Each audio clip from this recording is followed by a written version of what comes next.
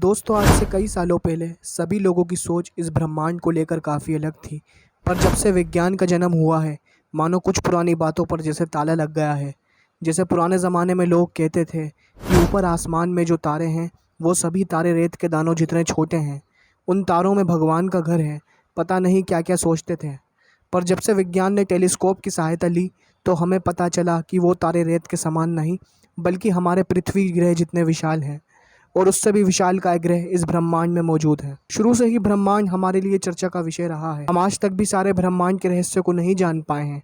हमारे पास ब्रह्मांड को लेकर आज जितना ज्ञान है वो ज्ञान रत्ती जितना है।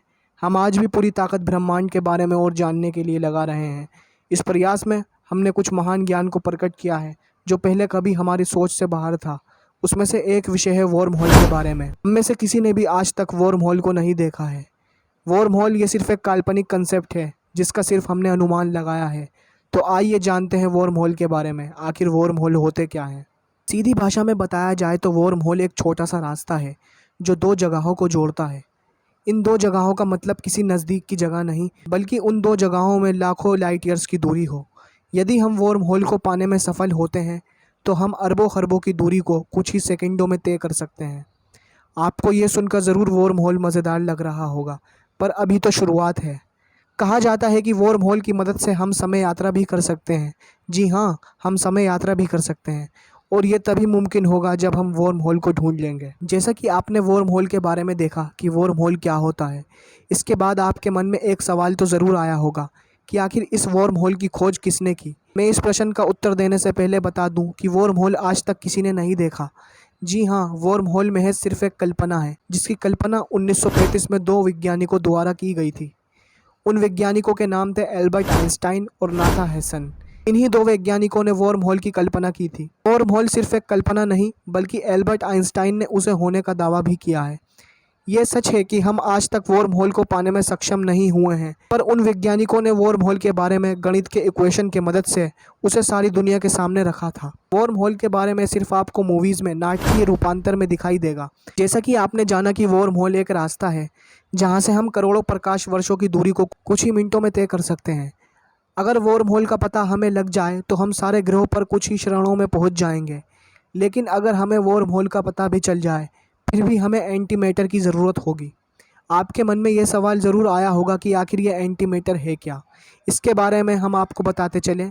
वॉर्म होल एक ऐसा रास्ता है जो स्पेस को मोड़कर बनता है। ऐसे रास्ते पर हम यात्रा नहीं कर सकते। अगर हम ऐसे रास्ते में जाएंगे तो शायद ही हम बच पाएँ, पर ऐसा करना हमारे लिए ख़तरे से खाली नहीं होगा। अगर वॉर्म होल बन जाते हैं और अगर हमें उसमें यात्रा करनी हो तो हमें ऐसे धातु की ज़रूरत होगी जिसमें हम उस रास्ते से आसानी से बिना किसी नुकसान के जा सकें। और ऐसा सिर्फ एक ही चीज़ से हो सकता है, और उस चीज़ का नाम है एंटी मैटर, जिसे हम ब्लैक मैटर भी कहते हैं। वैज्ञानिकों ने बताया है कि हम एंटी मैटर की मदद से वॉर्म होल में यात्रा कर सकते हैं। ऐसा इसीलिए संभव है क्योंकि एंटी मैटर किसी भी मैटर के विरुद्ध होता है। जैसे हम ग्रेविटी की तरफ खींचे जाते हैं, वैसे ही एंटी मैटर उसके उलट ग्रेविटी से दूर भागता है। इसी वजह से हम सिर्फ एंटीमीटर की मदद से वॉर्म होल में यात्रा कर सकते हैं। जब से वॉर्म होल की खोज हुई है तब से कई सारे नए तथ्य सामने आ रहे हैं। किसी का मानना है कि अगर हम वॉर्म होल की खोज कर लेते हैं तो समय यात्रा मुमकिन है। हम आने वाले संकटों को भी दूर कर सकते हैं। पर आखिरकार वॉर्म होल की कल्पना कैसे आई? कैसे वैज्ञानिक ये पता कर पाए, सोच पाए कि ऐसा भी कुछ हो सकता है जिससे करोड़ों लाइट ईयर्स की दूरी का अंतर चुटकियों में तय किया जा सकता हो? तो आइए जानते हैं इसके बारे में। जब 19वीं सदी का दौर चल रहा था तब सभी वैज्ञानिक न्यूटन के बताए गए रास्ते पर काहल रहे थे। सारे वैज्ञानिक न्यूटन के गणित और न्यूटन की खोजे गए वस्तुओं पर हद से ज़्यादा विश्वास करते थे। तब के वक्त न्यूटन ही सबसे बड़े वैज्ञानिकों में से एक थे जिन्होंने ग्रेविटी के बारे में दुनिया को बताकर सबको हिलाकर रख दिया था। कोई भी उनके गणित के इक्वेशन से भिड़ता नहीं था। हद तो तब हुई जब न्यूटन ने ग्रेविटी में लगने वाले बल का फॉर्मूला निकाला, और इस फॉर्मूले में उन्होंने बताया कि अगर कोई भी दो वस्तुएं ली जाएं जिनके पास मास हो यानी वजन हो, तो वो एक दूसरे को आकर्षित करती हैं। इसका जितना ज़्यादा मास होगा उसकी तरफ सारे कम मास वाले वस्तुएं परिक्रमा लगाएंगी, यानी उसकी तरफ सारी कम मास वाली वस्तुएं चक्कर लगाएंगी या फिर उसके पास आकर्षित होंगी। इस फॉर्मूले में न्यूटन ने बता तो दिया था कि सब वस्तुएं आपस में एक दूसरे पर ग्रेविटी लगाते हैं, पर न्यूटन ने यह नहीं बताया था कि वे ऐसा क्यों करते हैं। ऐसे सवाल जिनके मन में आते हैं जैसे कि क्यों, कैसे, कब, ऐसा क्यों, तो मानो वो बच्चे बड़े होकर कुछ नया निर्माण करेंगे जो सारी दुनिया को स्वीकारना होगा। ऐसे ही एक बच्चा 19वीं सदी में आया और उसके मन में भी ये सवाल आया कि आखिरकार दो मास वाली वस्तुएं आपस में ग्रेविटी बल कैसे लगा पाती हैं। ये बच्चा कोई और नहीं, मशहूर साइंटिस्ट एल्बर्ट आइंस्टाइन थे। फिर आइंस्टाइन अपने काम पर लग गए और मानो यहीं से वॉर्म होल की उत्पत्ति हो गई थी। जैसे ही आइंस्टाइन के मन में यह सवाल आया कि आखिरकार न्यूटन के गणित में जो ग्रेविटी बल की बात हो रही है उसमें दो वस्तुएं आपस में कैसे खींची चली आती हैं। इस प्रश्न का उत्तर खोजते खोजते आइंस्टाइन इस नतीजे पर पहुंचे कि सारा ब्रह्मांड एक चादर जैसी वस्तु में है, जिससे एक वस्तु दूसरे ज़्यादा वजन वाले वस्तु से आकर्षित होती है। सभी ग्रह अपने मास के हिसाब से स्पेस को मोड़ रहे हैं और उसके चक्कर लगाने लगते हैं। जैसे कि हमारी सूरज गंगा में सूरज का मास सबसे ज़्यादा है, इसकी वजह से हम पृथ्वी के साथ सूरज के चक्कर लगाते हैं। जैसे ही एल्बर्ट आइंस्टाइन ने न्यूटन की बताई हुई बातों पर गौर किया और उसमें अपना दिमाग लड़ाया, तब उन्हें पता चला कि यह सब ग्रेविटी का क्या चक्कर है। उन्होंने बताया कि हम जिस स्पेस में रहते हैं वो एक चादर जैसा है।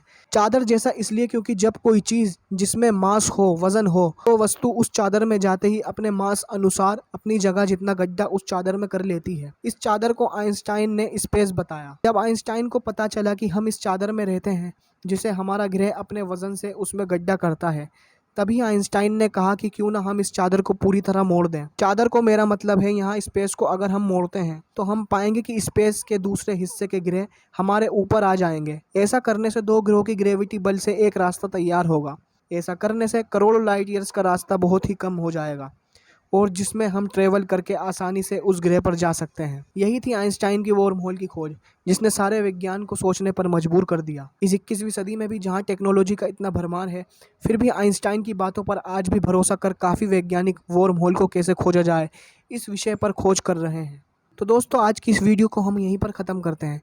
आशा करते हैं कि आज की ये वीडियो आपको पसंद आई होगी। तो अगर आपको हमारी ये वीडियो अच्छी लगी हो तो प्लीज़ हमारे चैनल को सब्सक्राइब करें और ज़्यादा से ज़्यादा वीडियो को शेयर करें और बेल आइकन का बटन भी दबाएं, जिससे हर आने वाली वीडियो आप तक आसानी से पहुंच जाए।